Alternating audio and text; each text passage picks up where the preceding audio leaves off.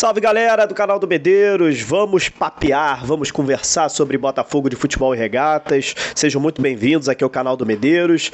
Você sabe que aqui você vai encontrar conteúdo diário sobre o Botafogo de Futebol e Regatas. Nesse período aí de dezembro, né, estamos no dia 9 de dezembro, onde começam aí a se definir, né, saídas, chegadas de atletas. Então, muito provavelmente, quando você chegar aqui, terá alguma informação sobre isso todos os dias, né? E não poderia ser diferente hoje, né? Hoje vamos falar aí de Gatito Fernandes, né? Que já teve uma notícia aí sobre ele em relação a essa renovação que está acontecendo aí com o Botafogo. E vamos falar também sobre Pedro Castro, né? Esse aí que pegou todo mundo de surpresa hoje. Pedro Castro anunciado oficialmente lá no Cruzeiro. No Cruzeiro, Pedro Castro acertou oficialmente com a equipe mineira. Vamos contar um pouquinho aí de detalhes para vocês. Primeiro roda a nossa vinheta aí, depois a gente volta para conversar.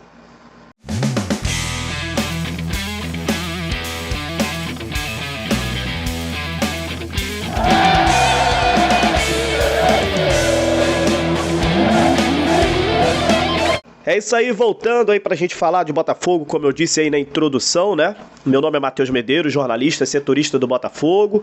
Vamos falar aí sobre esses dois assuntos, Gatito Fernandes e Pedro Castro, né? Peço a moral primeiro aí de você se inscrever aqui no canal, deixar um like nesse vídeo, é muito importante você deixar um like, o YouTube distribui para mais botafoguenses, mais irmãos de camisa, esse vídeo que você tá vendo aqui, beleza? E se você não é inscrito no canal, se inscreva aqui no canal do Medeiros também e nos siga em todas as outras redes sociais, no Twitter, no Instagram também, onde eu deixo muita informação e muita opinião também, beleza? Feito esse jabá aí pra vocês, né? Vamos começar falando sobre o Pedro Castro, né, cara, que foi anunciado, eu vou botar a foto pra vocês aí, foi anunciado oficialmente pelo Cruzeiro no dia de hoje.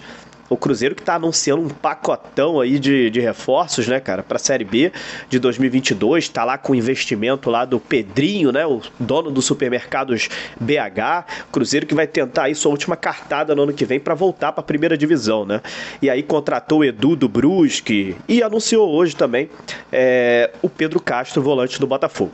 Lembrando que eu já vinha falando para vocês aqui que o Pedro Castro não era prioridade no Botafogo, né, o Botafogo tá tentando muito renovar com o Luiz Oyama e também com o Barreto, né, que que são os dois volantes do Botafogo que também estão emprestados, né, o Barreto pelo Criciúma e o Luiz Oyama pelo Mirassol.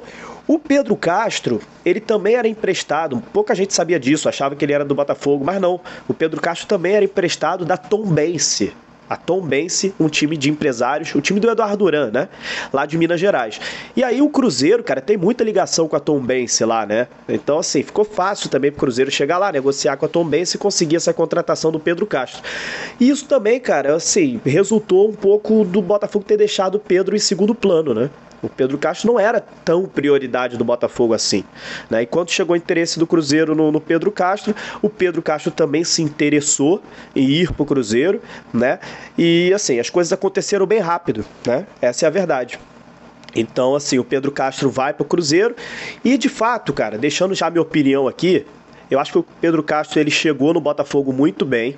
Vocês vão lembrar, né? Aquele golaço de falta que ele fez na Copa do Brasil, gol contra o Remo de fora da área, lembra? Então, assim, todo mundo falou, pô, esse cara vai contribuir muito, esse Pedro Castro aí vai ser ótimo.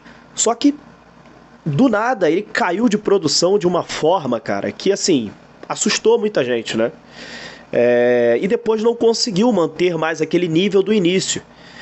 No final de tudo, se a gente for pegar o aspecto geral, ele acabou até sendo útil para a Série B. Pedro Castro. Não foi ruim, não tem como virar e falar que ele foi muito mal. Ele foi bem, devido às proporções.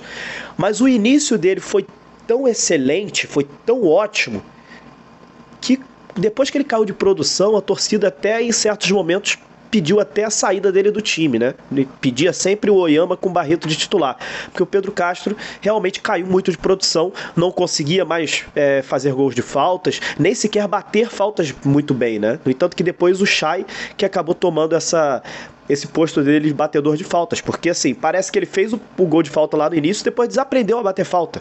Ou será que foi sorte? Lá, aquela primeira falta, não é possível, porque depois ele não acertou mais nenhuma.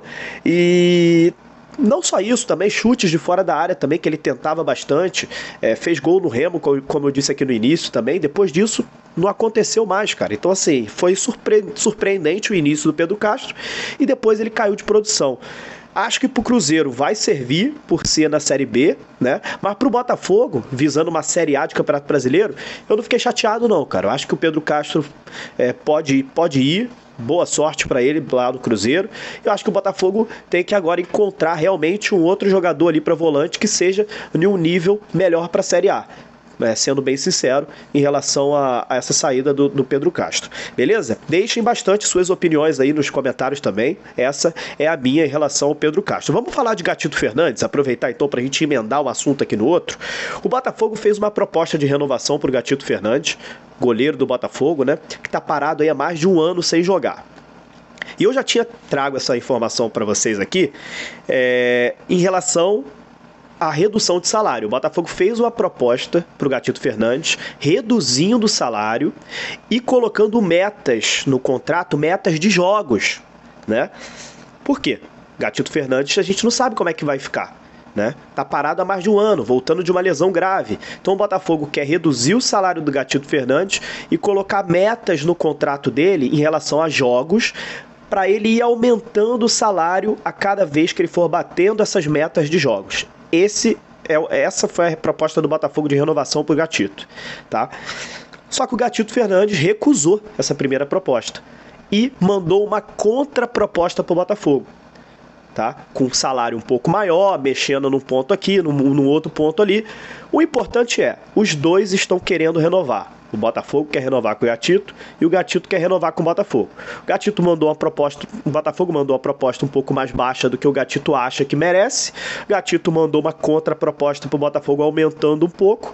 O Botafogo agora está analisando essa contraproposta do Gatito e vai responder ele se aceita ou não, ou se vai reduzir mais um pouco, mandar de novo uma outra proposta para o Gatito, ou se vai aceitar essa contraproposta que o goleiro paraguaio fez, tá? Outro ponto. Uma outra notícia, o goleiro Igor Gabriel, pertence ao CSA, o Botafogo está tentando ainda ficar com ele. É o goleiro da base do Botafogo que está subindo para os profissionais.